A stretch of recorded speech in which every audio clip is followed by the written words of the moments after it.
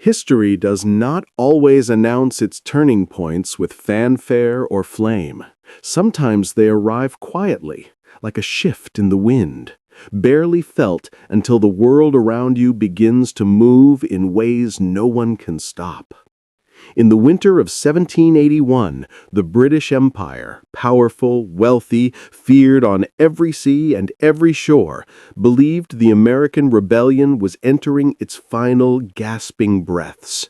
Officials in London spoke confidently of victory. Generals in New York wrote letters dripping with certainty. Loyalists whispered that the rebels were starving, exhausted, dissolving into chaos. But beneath that calm surface, the land itself was stirring. In backwoods cabins and smoky taverns, in icy northern camps and humid southern swamps, American determination hardened instead of fading. Washington, whose army had survived on hope more than supplies, sensed that the British grip was tightening too quickly, too confidently, too carelessly.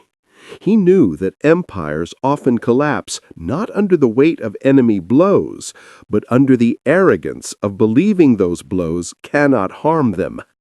And across the empire's vast American command, 3 British men embodied that arrogance. Each one feared, each one powerful, each one certain of victory.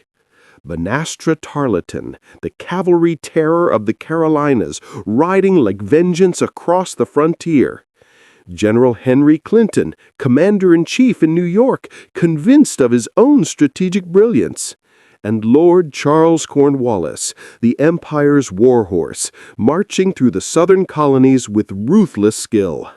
They believed 1781 would be the year Britain crushed the rebellion. Instead, it would be the year America humiliated them all. And the first cracks in Britain's iron confidence would appear far from the capitals of power, in the cold dawn mist of a South Carolina field where Tarleton rode headlong into a trap he could not see. Tarleton had built his name on speed, aggression, and the kind of hard violence that broke militias long before they fired a shot. He struck with such overwhelming force that men surrendered at the sound of his saber. To loyalists, he was a hero. To patriots, he was a monster. To the British High Command, he was a weapon, sharp, swift, and unstoppable. But the unstoppable often falter when they confuse fear with invincibility. As Tarleton thundered toward General Daniel Morgan's position at Cowpens, he believed he was chasing panic. He believed the militia would flee as they always had. He believed Morgan, a man hardened on the frontier but never trained in European warfare, would crumble before British discipline.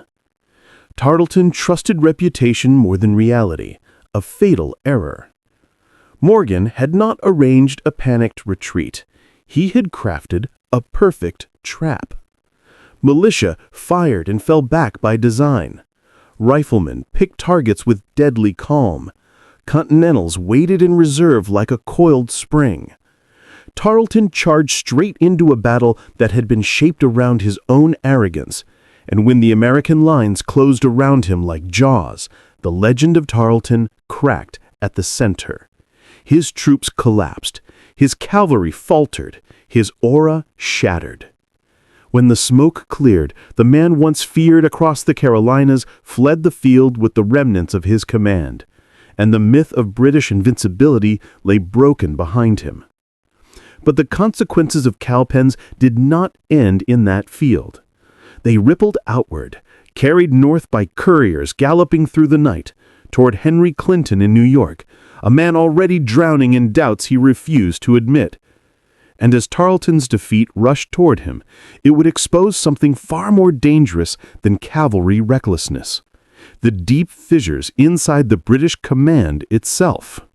Henry Clinton ruled from New York with the certainty of a man raised to believe he could not be wrong. He saw himself as a strategist of the highest order, a commander tempered by European discipline, a man immune to panic. But when Tarleton's defeat reached him, It arrived not just as bad news, but as a threat. A reminder that Cornwallis, the field commander in the South, might start questioning his authority. Clinton could not allow that. Not in letters, not in reports, not in whispers across the Atlantic. So instead of acknowledging that the Southern strategy was collapsing, he tightened his grip on it. He blamed Cornwallis. He dismissed Morgan's victory as insignificant. And privately, he feared something deeper, that London might begin wondering whether Clinton's hold on America was slipping. The truth was far worse. Clinton's leadership was eroding from within. His officers doubted him. Rivalries poisoned communication. Orders became tangled, reversed, or ignored. Cornwallis increasingly acted on his own. Tarleton's aura was gone. Loyalist support was evaporating. Yet Clinton convinced himself that the war could still be salvaged if he could just compel Cornwallis to deliver a decisive victory in Virginia. His desperation for control, born of wounded pride, would push Cornwallis onto a path far more dangerous than either man understood. And as Clinton's anxieties hardened into demands, and demands hardened into orders, Cornwallis began marching toward a place where every British mistake, Tarleton's arrogance, Clinton's insecurity, and Britain's blind faith in supremacy would collide. That place was Yorktown. Cornwallis had spent months fighting along the Carolina backcountry, each victory won at brutal cost, each retreat forced by the rebellion's relentless resilience. He was a skilled commander, perhaps the most capable Britain had in America, yet even he could not turn scattered victories into lasting control. Every time he crushed the rebels in one area, they rose in another. Every battle seemed to produce two more fights. Every town captured demanded twice its garrison to hold. He needed clarity, direction, reinforcement. What he received instead were letters from Clinton, letters dripping with condescension, contradiction, and anxiety disguised as strategy. Clinton told him to hold his ground, then told him to maneuver, told him to shift north, then warned him not to, told him to secure Virginia, then refused to send the men needed to do so. Caught between conflicting orders and a collapsing Southern strategy, Cornwallis moved toward this Chesapeake, hoping that a fortified position near the sea would anchor Britain's presence. From there he could strike inland or sail out to meet reinforcements. He trusted the Navy, he trusted his experience, he trusted the Empire to protect its own.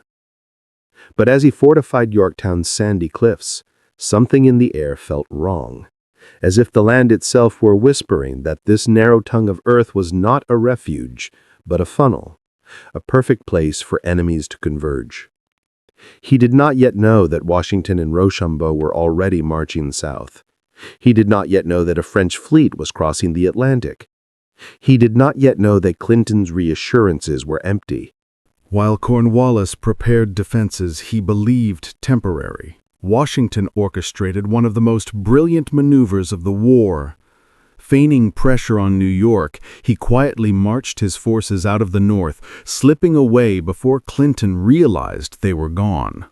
French troops marched beside him, their columns stretching over dusty roads like a river of blue and white. Ahead of them, French warships cut through the Atlantic, their sails capturing winds that carried not just armies, but destiny. The British command never saw the full picture, because their information, like their unity, was broken. Clinton believed Washington still threatened New York. Cornwallis believed the Navy would rescue him. Tarleton believed the rebellion had been crippled. But America and France were weaving the strands of a single, devastating strike. When the French fleet smashed the British at the Battle of the Chesapeake, the sea, Britain's greatest strength, became its greatest vulnerability. Cornwallis was cut off from escape. Washington's army closed from the north. Greene's forces pressed from the south. Yorktown, once a planned staging ground, became a cage. Cornwallis dug in. Washington prepared his artillery. And the Empire, still confident in London, began unknowingly counting down its final days of war in America. The humiliation was no longer avoidable. It was inevitable. By October, Yorktown had become a world of smoke, soil, and steady collapse. American and French guns hammered British lines day and night, churning the earth into trenches and scars. Redoubts fell one by one. Food dwindled, ammunition thinned, the air filled with the weight of impending defeat, a weight Cornwallis felt with every dawn that broke over the river. On October 19th, with no escape left and no relief in sight, the British lines fell silent. Flags were raised, drums beat, the gates opened. This was not merely surrender, it was spectacle. A British army that once believed itself invincible now marched between ranks of American and French soldiers who had endured 6 years of pain for this moment. Tarleton, whose name once made Militia tremble, now stood among beaten men. Cornwallis, overwhelmed by illness or shame, refused to attend the ceremony. Clinton, miles away, would receive the news with disbelief and devastation. Washington accepted the surrender with quiet solemnity, dignity answering arrogance. And as British muskets were stacked, as Cornwallis's sword passed into American hands, as the empire bowed before a nation that had begun the war with neither money nor munitions nor allies, the truth settled over the battlefield like a final breath. Britain's most feared commanders had been humbled, not by a single battle, not by a single general, but by the cumulative weight of their own pride. This was the day America humiliated the empire. The guns at Yorktown fell silent, but the echoes of that surrender stretched across oceans and decades. Britain would rebuild, larger and wealthier than before, yet the humiliation of 1781 remained carved into its memory. A reminder that power can falter when pride blinds judgment. Tarleton would defend his reputation for the rest of his life.